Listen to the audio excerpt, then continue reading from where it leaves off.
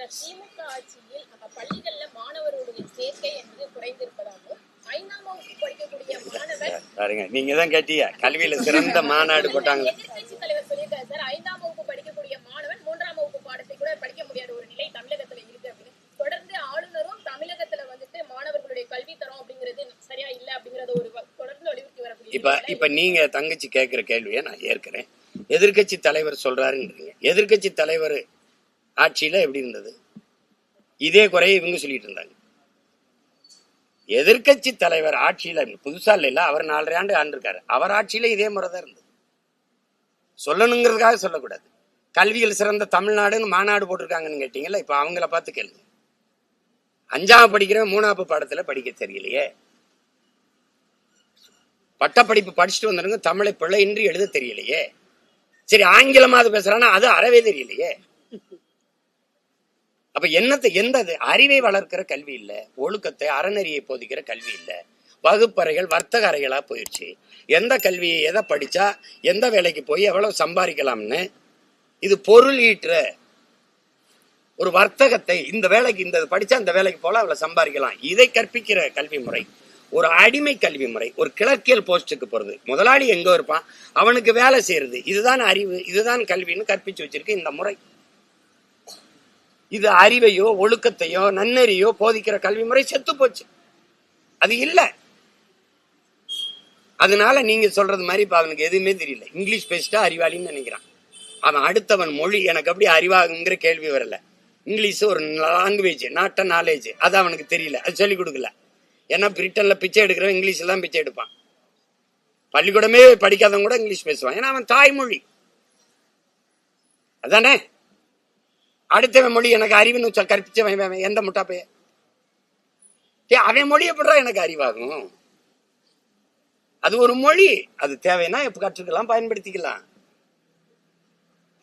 அதனால நீங்களே கேள்வி கேட்டு நீங்களே பதில் சொல்லிட்டீங்க, கல்வியில் சிறந்த தமிழ்நாடு எப்படி இருக்குன்னு. அதை கேட்கறது இப்ப நாங்க கேட்கலாம். எதிர்கட்சி தலைவர் கேட்கறதுனா உங்க ஆட்சியில் எப்படி இருந்துச்சு? இதேதான் இருந்தது. நீங்க ஆட்சியில் இருக்கும்போது இவங்க பேசுனாங்க, இப்ப இவங்க ஆட்சியில் இருக்கும்போது நீங்க பேசுறீங்க. அததான் பட்டிமன்றம்னு. திமுக அதிமுகவை எதிர்க்கிற அளவுக்கு நாம் தமிழரும் தாவேகாவும் பெரிய கட்சிகள் இல்ல. திமுகவோட செயல்பாடுகளை விமர்சனம் செய்யறதுனால ஆர்எஸ்எஸ் ஓட கைகூலிகளா நாம் தமிழர் செயல்படுதுன்னு திருமாவளவன் பேசியிருக்காரு. திமுகவை விமர்சிச்சாவே ஆர்எஸ்எஸ் கைக்கூலின்னா ஆர்எஸ்எஸ் திமுக தான். இது எப்படி சொல்றது? பிஜேபிக்கும் திமுகவுக்கும் கொள்கை வேறுபாடு என்ன? நான் தான் ஓடி ஓடி போய் ஐயா மோடியை போய் பார்த்து வரேன். 3 முறை நிதி ஆயோக்கு வர முடியாது. ஈடி இந்த ஓடி வாரேன் மோடி அப்படின்னு போனது நானா வர. பக்கத்துல ஐயா சந்திரபாபு நாயுடு வச்சுக்கிட்டு அப்படி இப்படி கையை பிடிச்சி பேசிட்டு இருந்தது யாரு? தங்கச்சி, நான் கேட்கறதுக்கு பதில் சொல்றேன். ஐயா இலகணேசன் இறந்துட்டார். அவர் யாரு? பிஜேபியில ஆர்எஸ்எஸ் உறுப்பினர், மூத்த உறுப்பினர், பிஜேபியில ஒரு பெரிய தலைவர். அவர் நாடாளுமன்ற உறுப்பினரா தேர்வு செய்யப்பட்ட மாநிலங்கள உறுப்பினரா, நாகாலாந்துக்கு ஆளுநரா இருந்தவர். அவர் இறந்துட்டார். இறந்தா அவர் எந்த கட்சி? பாரதிய ஜனதா. அதுக்கு மாலை வச்சு வணக்கம் செலுத்தணும். இங்கே இந்த மாநிலத்தில் ஒரு தலைவர் இருக்காரா இல்லையா, மாமா நயனார் நாகேந்திரன், அவர்கிட்ட கொடுத்து மோடி என்ன சொல்லியிருக்கணும்? ஐயா மோடி பிரதமர், என் சார்பான வணக்கத்தை மலர்வழி வச்சு நீங்க செஞ்சிருங்க, அது அவருக்கு. இல்ல ஆளுநர் RN ரவி, அவங்க ஆளு வச்சிரு. இல்ல தம்பி எல் முருகன், இந்த முருகா வணக்கத்தை வச்சிரு. இல்ல அம்மா நிர்மலா சீதாராமன், அவங்க வரலைன்னா ஐயா மூப்பனாருக்கான வணக்க நிகழ்வு 3 நாள் கழிச்சு வந்தாங்க. அப்ப அன்னைக்கு போய் அம்மா நீங்க போய் உங்க ஊரு நீங்க போய் மரியாதை வச்சுட்டு வந்துருங்க, வச்சிருக்கலாம். இல்ல எதிர்கட்சி தலைவர் அவங்க கூட்டணி வச்சிருக்க தலைவர் ஐயா எடப்பாடிட்ட கொடுத்து இந்த மலர் வளையத்தை வச்சு வணக்கத்தை செலுத்துங்கன்னு சொல்லலாம். என் சார்பான வணக்கத்தை இத்தனை வாய்ப்பு இருக்கும்போது நீங்க செலுத்துங்க என்று ஐயா ஸ்டாலின் கொடுத்து செலுத்த சொன்னா யாரு ஆர்எஸ்எஸ் கைக்கூலி? யாரு? இங்க பாருங்க, ஆபரேஷன் சிந்தூர் 1000 கேள்வி கேட்டேன், நான் யார்ட்டையும் பதில் இல்லை. தீவிரவாதி உள்ள நுழையும் போது 200 கிலோமீட்டர் உள்ள வந்து என்ன எங்க பாருங்க தங்கச்சி, விண்ணூர்தியில பயணிக்கும் போது சாதாரணமா விமானம் ஏறி போகும்போது முன்னாடி திரும்ப இப்படி திரும்ப ஆதார காட்டு அதை நீட்டுன்னு சொல்லி சோதிக்கிறேன். நீ ஒரு பயங்கரவாதி ஆயுதத்தோட பார்டருக்குள்ள நுழையும் போது என்ன பண்ணிட்டு இருந்த? அவன்கிட்ட ஆதார் கேட்காம என்ன பண்ண? அவனை சோதிக்காம என்ன பண்ண வந்து சுட்டு விளையாடி அவன் காணொலி எடுத்து பேசி போற வரைக்கும் என்ன பண்ண? ஒரு சுற்றுலா தலம் பகல்காம 30,000 பேர் கூடி கலையிறாங்க. அவன் வந்து போயிருக்கான். அங்க காவல்துறை இல்லை, துணை அங்க ராணுவம் இல்லை. ஏன் இல்ல? தப்புன்னு சத்தம் கேட்டவன ஏன் வரல? சுட்டுட்டு பண்ணு அப்படியே சுத்தி வளைச்சு ரவுண்ட் பண்ணி அவனை தப்பிக்க விடாம ஏன் தாக்கி அடிக்கல? எப்படி தப்பிக்க விட்ட? 10 நாள் கழிச்சு ஆபரேஷன் சிந்தூர்னு போறது கொடுக்குற. யாரு மேல? மக்கள் மேல. சிந்து நதியை உள்ள விட மாட்டேங்கிற. சிந்து நதி ஒண்ணுதான், இந்தியாவுக்குன்னு வருதா? சண்டை போட்டா எல்லாம் போட்டு இந்த மக்கள் மீது தாக்குதல் நடத்தினதுக்கு முதல்ல அதை பாராட்டி பேரணி நடத்தின மகான் யாரு? பாரதிய ஜனதா ஆளுகிற மாநிலங்களின் முதலமைச்சர் கூட போகல. கொடிய புடிச்சுக்கிட்டு எல்லா கட்சியும் கூட்டிக்கிட்டு இந்த வீதியில நடந்து போன பெருமகன் யார்? உங்க RSS கைக்குலிதான். அதுக்கப்புறம் தான் டெல்லி முதல்வரே போனாங்க.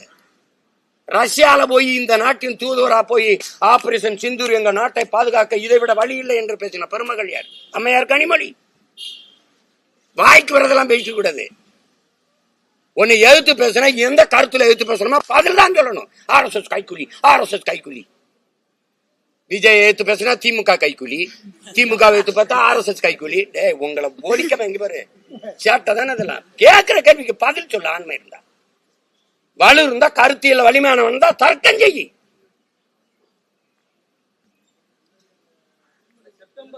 இதே பிஜேபியோட கூட்டணி வைக்கும் போது, திமுகவோட கூட்டணி வைக்கும் போது இதே இதுல எங்க அண்ணன் எம்எல்ஏ வந்தாரா இல்லையா? பிஜேபி கூட்டணியோட. அப்புறம் தங்கச்சி பிஜேபி RSS தாய் கழகம் ஜனசங்கோட கூட்டணி வச்சவங்க இந்த திராவிட முன்னேற்ற கழகம். இவங்க எங்கள பேசுவாங்க கைக்கூலி குய்க்கூலி பொய்கோழி பயிலு வேலை இவங்களுக்கு. அவனா ஒன்று தர்க்கம் பண்ண முடியல. இது RSS கைக்கூலி, இங்க சங் பரிவாரி கும்பல், சனாதன சங்கிகள், RSS கைக்கூலிகள். இதை விட்டா வேற ஏதாவது பேசுங்கப்பா, வேற ஏதாவது பேசுங்க.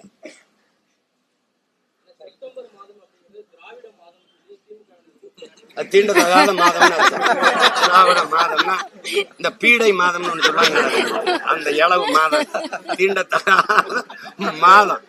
எங்களை போய் எதையோ விடு, கர்மத்தை கூட்டு காலண்டர் அந்த ஒரு மாசத்தை மொத்தமா கிளி தூர போட்டு வேற ஏதாவது கேளுப்பா. உருப்படியா அதான் காலையிலேயே என்ன நான் ரொம்ப தூரம் வர பயணிச்சு போகணும் தர்மபுரிக்கு. அதான் அண்ணன் பேசும்போது ஏவராத பேசுவான், இதெல்லாம் சாத்தியமா, இதெல்லாம் இதா அப்படின்னு. பைத்தியக்காரன், நான் சொல்லடா. காந்தி கண்ட கனவு என் தாத்தன் ஜேசி குமரப்பா சொன்னது தற்சார்பு பொருளாதாரம்னது.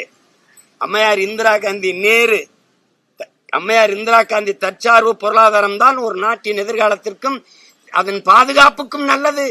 படிக்காத என் தாத்தன் எங்களை எல்லாம் படிக்க வச்ச மேதை. இதே சென்னை கடற்கரையில மெரினா கடற்கரை அந்த மாநாட்டுல புறங்கை கட்டிட்டு பேசுறான்.